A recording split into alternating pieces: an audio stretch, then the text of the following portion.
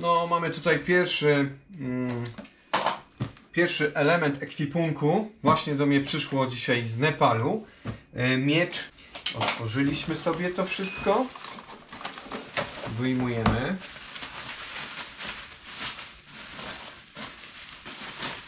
Wow. Miecz jest w pochwie. Jest zabezpieczony specjalną folią, bo miecz jest posmarowany olejem, żeby zakonserwować, żeby zapobiegać rdzewieniu. Kiedyś też tak robiono właśnie z bronią białą. Pokrywano ją olejem.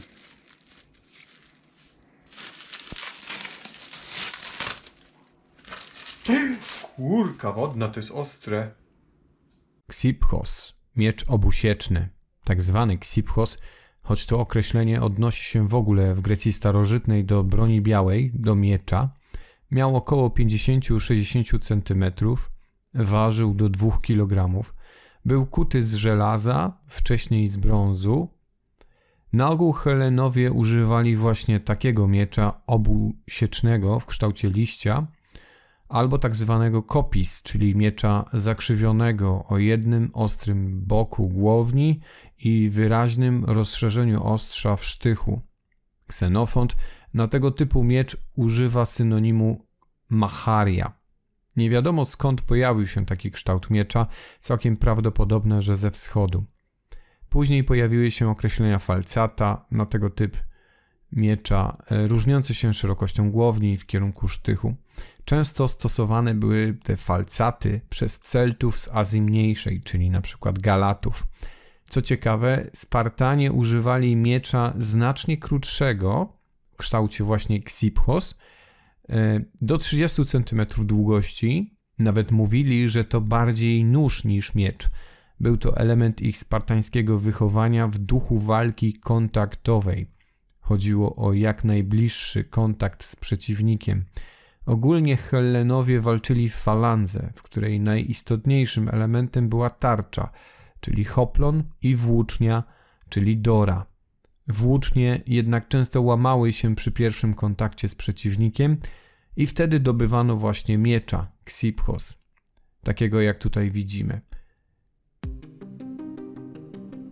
Wspieraj projekt Żołnierza Starożytności. W opisie znajdziesz link do Patronate. Już niebawem pojawi się grot i tylec włóczni, czyli tak zwana dora. Będę musiał ją jednak zmontować samodzielnie z trzonkiem. Oczywiście opowiem o tym typie broni w materiale, w osobnym filmie. W planach do zakupienia nagolenniki, hełm.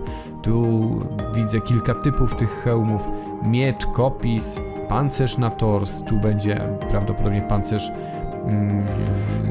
brązowy w stylu muskulata albo ze stali, oraz tak zwany linothorax, czyli pancerz segmentowy z lnu i skóry, w środku wypełniony blachami.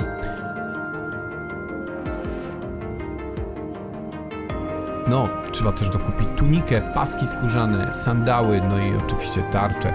Także jest jeszcze tego sporo wydatków. Gdy wszystko będzie kompletne, będę testować tą broń. Zapraszam do wspierania kanału. Tak jak mówię, w opisie znajdziesz link do Patronate.